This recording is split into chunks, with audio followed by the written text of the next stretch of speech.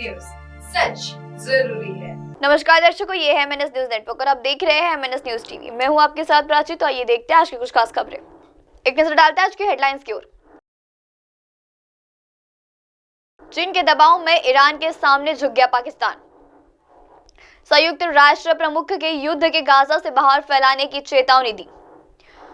Qatar ने नई शांति पहल शुरू की है। इजराइल और हमास से जवाब मिलने का दावा किया। आइए देखते हैं खबरें विस्तार से। चीन के दबाव से ईरान के सामने झुक गया पाकिस्तान।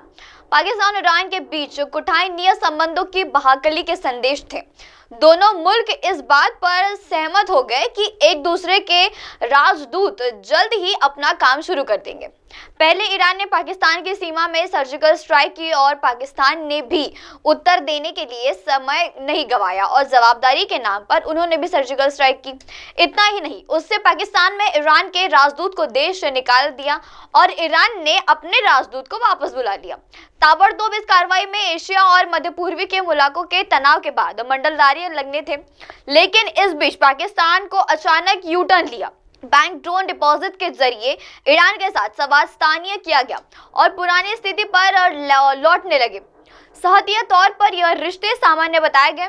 ठीक ठाक की कोशिश दिखाते दिखाते यह और ठीक होते गए और सूत्रीय बाहुल्य पाकिस्तान एक फौरी समझौता बहुत भरोसा करने लगी। शांति बनाए रखने के लिए भले ही एक पहले के रूप में इसे स्वीकार कर लिया जाएगा, पर यह निश्चित है कि समस्या का यह स्थायी समाधान नहीं है। इनसे बीच और पाकिस्तान के अपने हितों के मद्देनजर एक मजबूरी भी छिपी हुई है और इस बात के पक्के संदेश है कि चंद रोज बाद एक बार फिर दोनों देश सामने आमने आएंगे। अल्तबात फैरी तौर पर शांति के बीच चीन का साथ नजर आता है। चीन के नजरिए से सोचे तो उनकी घोषणा नीति और ईरान, अफगानिस्तान, श्रीलंका, नेपाल, भूटान, मालदीव और बांग्लादेश में भारतीय हितों को पलवहित होने का भी एक मौका दिया जाता है। आइए बढ़ते हैं अगली खबर की ओर। संयुक्त राष्ट्र प्रमुख ने युद्ध के गाजर से बाहर फैलाने की चेतावनी दी। संयुक्त राष्ट्र महासचिव एंटोनियो ने गाजा युद्ध के दूसरे इलाके में फैलने के खतरों के बारे में चेतावनी दी। उन्होंने मंगलवार को फिलिस्तीनियों के मुद्दे सहित मध्य पूर्व पर सुरक्षा परिषद के एक उच्च स्तरीय खुली बहस में कहा है कि गाजा में युद्ध और दुर्दशा से दूर दूर तक अशांति फैल रही है। समाचार एजेंसी शिवाओ ने उनके हवाले से कहा है कि हम यूवी यूशनल सहित कब्जे वाले वेस्ट बैंक में खतरनाक घटनाएं देख रहे हैं। यहाँ तनाव चरम पर है और हताओं की संख्या में नाटकीय वृद्धि हुई है।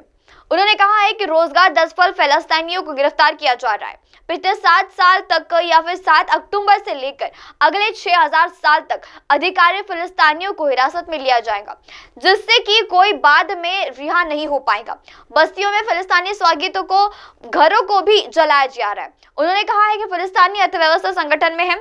इजराइल द्वारा फिलिस्तीनी कर राज्य के एक महत्वपूर्ण हिस्से को रोकना और 7 अक्टूबर से इजराइल में प्रवेश करने वाले लगभग सभी फिलिस्तीनी श्रमिकों पर इंतजार प्रतिबिंबित है। आइए बढ़ते हैं अगली खबर की ओर। कतर ने नई शांति पहल शुरू की है। इजराइल और हमास से जवाब मिलने का दावा किया है। इजराइल हमास युद्ध में मुख्य वार्तावाद कतर ने कहा है कि उसे इजराइल और हमास दोनों से जवाब मिल रहे हैं, क्योंकि वह युद्ध को खत्म करने के लिए एक समाधान खोजने के लिए अभी भी चर्चे में है। इनमें से 2 फॉर्मूले शामिल हुए, जिसमें युद्ध में अब तक 100 दिन की अवधि में 20,000 से ज्यादा फिलिस्तीनी और 2,000 इजराइल सैनिक मारे गए। इतर का कहना है कि वह इजराइल और हमास के साथ गंभीर चर्चा में लगा हुआ है और दोनों पक्षों से उसे लगातार जवाब मिल रहे हैं। कतर के विदेश मंत्रालय के प्रवक्ता मस्जिद अल अंसारी ने मंगलवार को एक संवाददाता सम्मेलन में कहा है कि लेकिन इजराइल अधिकारियों द्वारा दिए गए बयान कथित तौर पर मध्यस्थी प्रतिक्रियाओं को ले जाते हुए अल अंसारी ने बताया, जाहिर है जब एक पक्ष कहता है कि वे 2 राज्य के समाप्त और स्वीकार नहीं करते हैं और अंततः इस युद्ध को नहीं रोकेंगे, तो यह एक ठीक मध्यस्थ प्रक्रिया होगी जो इसे हम अंत तक ले जाएंगे। इजराइल के प्रधानमंत्री बेंजामिन नेतन्याहू ने गाजा के भविष्य के बारे में अमेरिकी राष्ट्रपति को बाइडेन के साथ बातचीत के एक फिलिस्तीनी सब्रबात के लिए अमेरिका सहित विश्व कॉल को खारिज कर दिया।